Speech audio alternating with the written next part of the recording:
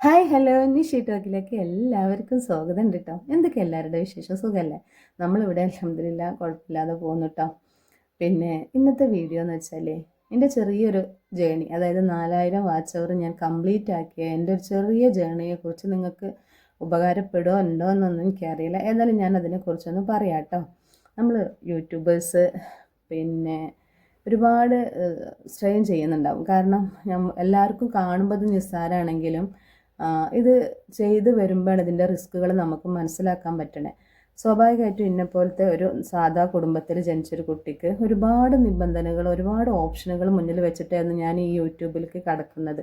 അതായത് എനിക്ക് ചെറിയൊരു നല്ലൊരു ഉദ്ദേശം ഉണ്ടായിരുന്നു. അതിന് വേണ്ടിയിട്ടാണ് ഞാൻ ഇതിലേക്ക് കടക്കുന്നത് കേട്ടോ. ഫസ്റ്റായിട്ട് ഞാൻ പറയണേ, അങ്ങനെ ഒരു 100 വീഡിയോസ് ഇട്ടതിന് ശേഷമാണ് എനിക്ക് മനസ്സിലാക്കുന്നത് വെറും 1000 സബ്സ്ക്രൈബർ കൊണ്ട് മാത്രമായില്ല. ഇതിൽ 4000 വാച്ച് അവർ വേണം. അതിന് നല്ല റിസ്ക് ഉണ്ട്. Y2 സ്റ്റുഡിയോ ഓപ്പൺ ചെയ്യുമ്പോൾ നമ്മളാകെ കാണുന്നത് എനിക്ക് വെറും ഒരു 16 വാച്ച് അവറാണ് ഞാൻ കാണുന്നത്, 100 വീഡിയോ ഞാൻ ഇട്ടിട്ട്.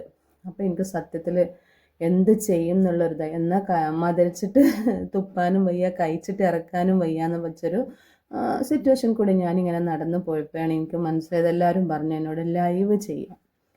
അങ്ങനെ ലൈവ് ചെയ്യണമെങ്കിൽ എനിക്ക് ഒരുപാട് നിബന്ധനകൾ ഉണ്ടായിരുന്നു. കാരണം ഫേസ് കാണിക്കാൻ പാടില്ല, ഒരുപാട് കാര്യങ്ങളുണ്ടായിരുന്നു. അങ്ങനെ പ്രധാനമായിട്ട് പറയാനുള്ളത് ഫേസ് കാണിക്കാൻ പാടില്ല, പിന്നെ ടൈമിൻ്റെ ഭയങ്കര, കാരണം മക്കളൊക്കെ ഉള്ളതല്ലേ. അങ്ങനെ ഏതായാലും ഞാനത് സ്റ്റാർട്ട് ചെയ്തു. ആദ്യത്തെ ഒരു ദിവസം ഞാൻ ഫേസ് കാണിച്ച് ചെയ്തപ്പോൾ തന്നെ ആർക്കും ഇഷ്ടമല്ല. മക്കൾക്ക്, കാക്കൂന്, ഈ പറഞ്ഞ എനിക്ക് തന്നെ അതിനോടൊരു താല്പര്യം ഇല്ലാണ്ടായി വന്നു. എന്തിന് അങ്ങനെ അങ്ങനെ എനിക്ക് തോന്നിയത് കാരണം പിന്നെ ഞാൻ പറ്റ ഡൗണിലേക്കാണ് പോയത്. എന്നെക്കൊണ്ട് ഇത് നേടാൻ പറ്റില്ല എന്ന് തന്നെ ഞാൻ തീർച്ചപ്പെടുത്തിയിരുന്നു. അങ്ങനെ ഞാൻ എന്ത് ചെയ്യുന്നുള്ള രീതിയിൽ നിന്നപ്പോഴാണ് നോക്കാം, നമ്മൾ അങ്ങനെ അങ്ങോട്ട് എന്താ പറയുക, പിൻവാങ്ങാൻ എനിക്ക് തോന്നിയില്ല. പോകുന്നെങ്കിൽ മുന്നോട്ട് തന്നെ പോട്ടെ എന്ന് കരുതി ഞാനിരുന്നു. 4-5 ലൈക്ക് കയറി വന്ന ഒരു 10 ലൈക്കിൻ്റെ മേലെ എനിക്ക് പോവില്ലായിരുന്നു ഫസ്റ്റത്തൊക്കെ. എന്നാലും ഞാൻ ശ്രമിച്ചുകൊണ്ടേയിരുന്നു. അതിനിടയിൽ ഞാനിങ്ങനെ കണ്ടത് screen cast live, green screen live ഇങ്ങനെ കണ്ടപ്പോൾ ജസ്റ്റ് ഞാൻ തന്നെ ടൈപ്പ് ചെയ്ത് ഓരോ വിഷയങ്ങൾ ഉണ്ടാക്കി ആ വിഷയത്തെക്കുറിച്ച് ഞാൻ നന്നായിട്ട് ക്ലാസ്, അതായത് ഒരു 3-4 പേജിൽ ഞാൻ എഴുതി ഉണ്ടാക്കും ആദ്യം. എന്നിട്ട് അതിനെക്കുറിച്ച് ഞാൻ നിർത്താതെ സംസാരിച്ചിട്ട് ഞാൻ നിന്നു. അത്യാവശ്യം സബ് വരൽ തുടങ്ങി. ഞാൻ കണ്ടു എൻ്റെ വാച്ച് അവർ കൂടുതൽ. അതിൻ്റെ പുറമെ തന്നെ എനിക്ക് 2-3 വീഡിയോ കുറേശ്ശൊക്കെ ഓടുകയും ചെയ്തു. അങ്ങനെ ഒരു 800-900 വാച്ച് അവറിൽ ഞാൻ നിൽക്കുന്ന സമയത്തിൽ പിന്നെ എനിക്ക് സ്ട്രൈക്ക് വന്നു. അതായത് മോനൊന്ന് ലൈവ് കയറി സംസാരിച്ചു. 21 ദിവസമാണ് ആ സ്ട്രൈക്ക് വന്നത്. ആ സമയങ്ങളിൽ ഞാൻ എന്ത് ചെയ്തു, എല്ലാവരും ലൈവിലും പോയിട്ട്, എനിക്ക് പരിചയമില്ലാത്ത ഒരുപാട് ലൈവിൽ പോയിട്ട് ഞാൻ എല്ലാവർക്കും സപ്പോർട്ട് കൊടുത്തു. അങ്ങനെ എനിക്കൊരു ഫ്രണ്ട്ഷിപ്പിൻ്റെ ഒരു ആളുകൾ വരാൻ തുടങ്ങി. ഞാൻ പരിചയപ്പെട്ട്, ഞാൻ നിന്നത്ര നിൽക്കാം, അവർക്ക് പറ്റില്ലെങ്കിലും വന്നിട്ട് എനിക്ക് ലൈക്ക് തരാനുള്ളൊരു സിറ്റുവേഷനിലേക്ക് എത്തിക്കഴിഞ്ഞു എൻ്റെ ചാനൽ. അങ്ങനെ ഞാൻ മെല്ലെ ഇങ്ങനെ കയറൽ തുടങ്ങി. പിന്നെ ഇതിനൊക്കെ പുറമെ എനിക്ക് കുറച്ച് മക്കളെ കിട്ടിയെന്ന് ഞാൻ പ്രത്യേകം പറയണം. കാരണം എനിക്കെല്ലാവരും മക്കളാണ് എൻ്റെ ലൈവിൽ വരുന്നത്. അപ്പോൾ അവർ വന്നിട്ട് നമ്മൾ ഇപ്പോൾ ഈ ഗ്രീൻ സ്ക്രീനും സ്ക്രീൻ കാസ്റ്റും അതിനെക്കുറിച്ച് ഞാൻ ഒന്ന് പറയാം കേട്ടോ. ഈ ചെയ്യുമ്പോൾ നമുക്ക് ഒരുപാട് വ്യൂസ് വന്നാലും ഒന്നും കാര്യമില്ല. നമ്മളിതിൽ നിൽക്കുന്നവർ കൂടുതൽ നേരം നിൽക്കുന്നുണ്ടെങ്കിൽ മാത്രം വാച്ച് അവർ നമുക്ക് സെറ്റ് ആവുള്ളൂ എന്ന് എനിക്ക് മനസ്സിലായത് അതിൽ നിന്നാണ്. അങ്ങനെ ഗ്രീൻ സ്ക്രീൻ ചെയ്തു. ഒരുപാട് അതിന് എന്താ, അതായത് നമുക്ക് നെഗറ്റീവ് വരൽ തുടങ്ങി. കാരണം ഗ്രീൻ സ്ക്രീൻ ചെയ്താൽ നമുക്ക് മോണിറ്റേഷൻ കിട്ടില്ല. സത്യമാണ് കേട്ടോ. അതിന് ഞാൻ പറഞ്ഞത് ഒരു 50-50 ചാൻസേ ഉള്ളൂ. ചിലവർക്ക് കിട്ടും, ചിലവർക്ക് കിട്ടില്ല.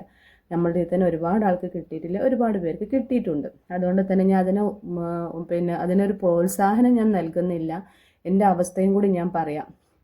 കാരണം എനിക്ക് ഈ ഫേസിൻ്റെ ഒരു പ്രശ്നം വരുന്നുണ്ടല്ലോ നമുക്ക് ആളുകൾ. അങ്ങനെ ഞാൻ മുന്നോട്ട് പോയി. സ്ക്രീൻ കാസ്റ്റ് ചെയ്യുമ്പോൾ ഇങ്ങനെ മിണ്ടാതിരിക്കുക ഒന്നും ഞാൻ ചെയ്തില്ല. കാരണം ഇതിൻ്റെ ഒരുപാട് നെഗറ്റീവുകൾ ഞാൻ കേട്ടുകൊണ്ട് തന്നെ ചലനം ഉദ്ദേശിക്കുന്നത് എൻ്റെ സംസാരത്തിൽ വന്നോട്ടെ. പിന്നെ ഞാൻ എന്ത് ചെയ്തു, വീഡിയോ ആക്കി സെറ്റാക്കിയിട്ട് ഗ്രീൻ സ്ക്രീന് ചെയ്തു പോന്നു. അല്ലെങ്കിൽ സ്ക്രീൻ കാസ്റ്റ് ചെയ്തു പോരുമ്പോൾ നമുക്ക് 2 ഫോണ് വേണം. കാരണം ഇതിൽ കമൻറ്റുകൾ വായിക്കാനും നമുക്ക് ഈ സ്ക്രീൻ കാസ്റ്റ് ചെയ്യുമ്പോൾ പറ്റില്ല. അത് നമുക്കൊരു വീഡിയോ ആയിട്ട് ചെറുതായിട്ട് നമ്മൾ വീട്ടിൽ തന്നെ എന്തെങ്കിലും ഒരു ചെറിയ സംഭവം കുറച്ചെടുത്തിട്ട് ഞാൻ അതിൽ റൈറ്റപ്പ് ഉണ്ടാക്കിയിട്ട് ഞാൻ ഗ്രീൻ സ്ക്രീൻ ചെയ്തു, സ്ക്രീൻ കാസ്റ്റ് ചെയ്തു. അങ്ങനെ ഞാൻ ചെയ്തിട്ട് അത്യാവശ്യം വാച്ച് കൂടിക്കൊണ്ടു. എൻ്റെ മക്കൾ കുസൃതി ചോദ്യങ്ങളായിട്ട് വന്ന് കുട്ടികൾ അങ്ങനെ ആ 10-15 പേര് ഇന്നും ഒരു മിനിറ്റ് ഒരു മണിക്കൂർ ഞാൻ ലൈവ് വേഗം നിർത്തുകയാണെങ്കിലോ അല്ലെങ്കിൽ എന്നെ കാണാതെ നിന്നാലോ അവരെന്നെ തിരഞ്ഞു വരാൻ തുടങ്ങി. അങ്ങനെ ഒരു സ്റ്റേജിലേക്ക് എനിക്ക് എത്താൻ കഴിഞ്ഞത് വലിയൊരു പടച്ചോൻ്റെ ഒരു എന്താ പറയുക ഒരു എനിക്ക് കിട്ടിയ ഒരു എന്താ നമുക്കൊരു എന്താ പറയുക അള്ളാൻ്റെ ഒരു നിയമത്ത് കിട്ടുക എന്നൊക്കെ പറയും ഞങ്ങളതിൽ, അല്ലെങ്കിൽ നമുക്ക് അള്ളാൻ്റെ ഒരു അനുഗ്രഹം കിട്ടുക എന്നൊക്കെ പറയും. അങ്ങനെ ഒരു സംഭവം എനിക്ക് കിട്ടിക്കഴിഞ്ഞ്. അങ്ങനെ ഞാൻ പിന്നെ വാച്ചവർ എനിക്കൊരു 3000 ആയപ്പോൾ ഞാൻ കൊടുത്തു. ഞാൻ എന്തായാലും നമുക്ക് അതായത് ഹാഫ് മോണിക്ക് ഞാൻ അപേക്ഷിച്ചാൽ കൊടുത്തതിന് ശേഷമാണ് എന്താവും സ്വാഭാവികമാണ് എന്തായി എൻ്റെത് റിജക്റ്റ് ആയിട്ട് വന്നു. ഞാൻ പറഞ്ഞ ഈ 50-50 ചാൻസിൽ എനിക്ക് കിട്ടിയില്ല. അങ്ങനെ റിജക്റ്റ് ആയിട്ട് വന്നപ്പോൾ തന്നെ എനിക്ക് നമുക്ക് എന്തായാലും മടുത്തല്ലോ, ഞാനിത് നിർത്തണം. കാരണം വേറെ എൻ്റെ അടുത്ത് ഒരു മാർഗ്ഗം എൻ്റെ കയ്യിൽ കാണില്ല. കാരണം നമ്മൾ സെലിബ്രിറ്റി അല്ല, നമ്മളെ വീഡിയോസ് ഓടുന്നതിനൊരു കണക്കുണ്ട്. എല്ലാവരും പറഞ്ഞു നെഗറ്റീവ് ഇന്നയിലും വന്നല്ലോ എന്ന് കേട്ട് അപ്പോൾ ഞാനിത് കൊടുത്ത് ഞങ്ങളെ മാഷ് പറഞ്ഞു ഒരു അപ്പീലിന് പോകാം. അങ്ങനെ ഞാനൊരു ഏകദേശം ഒരു 2 പേജുള്ള ഇംഗ്ലീഷ് കാണാതെ പഠിച്ച് ഞാനത് യൂട്യൂബർക്ക് സംസാരിച്ചു. അൽഹംദുലില്ലാ അങ്ങനെ എൻ്റെ മോണിറ്റേഷൻ ഓൺ ആയി കഴിഞ്ഞിട്ടുണ്ട്. അപ്പോൾ അത്രയും റിസ്ക് കൂടിയാണ് ഞാൻ വന്നിട്ടുള്ളതെന്ന് നിങ്ങളോടൊന്ന് അറിയിക്കാൻ വേണ്ടിയിട്ടായിരുന്നു. അപ്പോൾ ആരും തളരരുത്. നമുക്ക് എവിടെയെങ്കിലും ഒരു കൈത്താങ്ങായിട്ട് ആരെങ്കിലും വരും ചെയ്യും, നമ്മൾ രക്ഷപ്പെടും ചെയ്യും കേട്ടോ. ഇത്രയെങ്കിലും നിങ്ങളോട് പറയണം തോന്നി. അപ്പോൾ എന്നെപ്പോലുള്ളവർക്കൊക്കെ ഒരിക്കലും ഒരു നിരുത്സാഹപ്പെടുത്തേണ്ട, നമ്മൾ സംഭവം സെറ്റായി നമുക്ക് മുന്നോട്ട് പോകാൻ കഴിയുന്നുള്ള തെളിവാണ് ഞാൻ.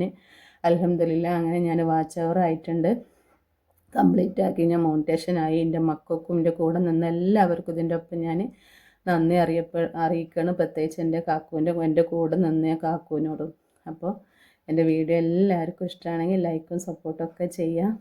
അടുത്തൊരു വീഡിയോ ആയിട്ട് വരുന്നത് വരെ ഇത് ആർക്കെങ്കിലും ഉപകാരപ്പെടുമെന്ന് ഞാൻ കരുതുന്നു കേട്ടോ. Okay, bye. അതുപോലെ എൻ്റെ ഉമ്മാനെ ഞാൻ എടുത്ത് പറയണം കേട്ടോ. ഞാൻ ഈ സങ്കടപ്പെടും, ഉമ്മ ഇനി എന്താ ചെയ്യാന്ന് ചോദിക്കുമ്പോഴൊക്കെ എനിക്ക് പ്രാർത്ഥനയോട് കൂടിയും എൻ്റെ സപ്പോർട്ടായിട്ട് നിന്ന ഒരാളും കൂടിയാണ് കേട്ടോ എൻ്റെ ഉമ്മ എന്ന് പറഞ്ഞാൽ അതിന് വാക്കുകളില്ല എന്ന് മനസ്സിലാക്കുന്നത് ഇങ്ങനത്തെ ഓരോ സിറ്റുവേഷനുകൾ ഞാൻ കടന്നു പോകുമ്പോഴാണ് കേട്ടോ. അപ്പോൾ ഓക്കെ, ബൈ.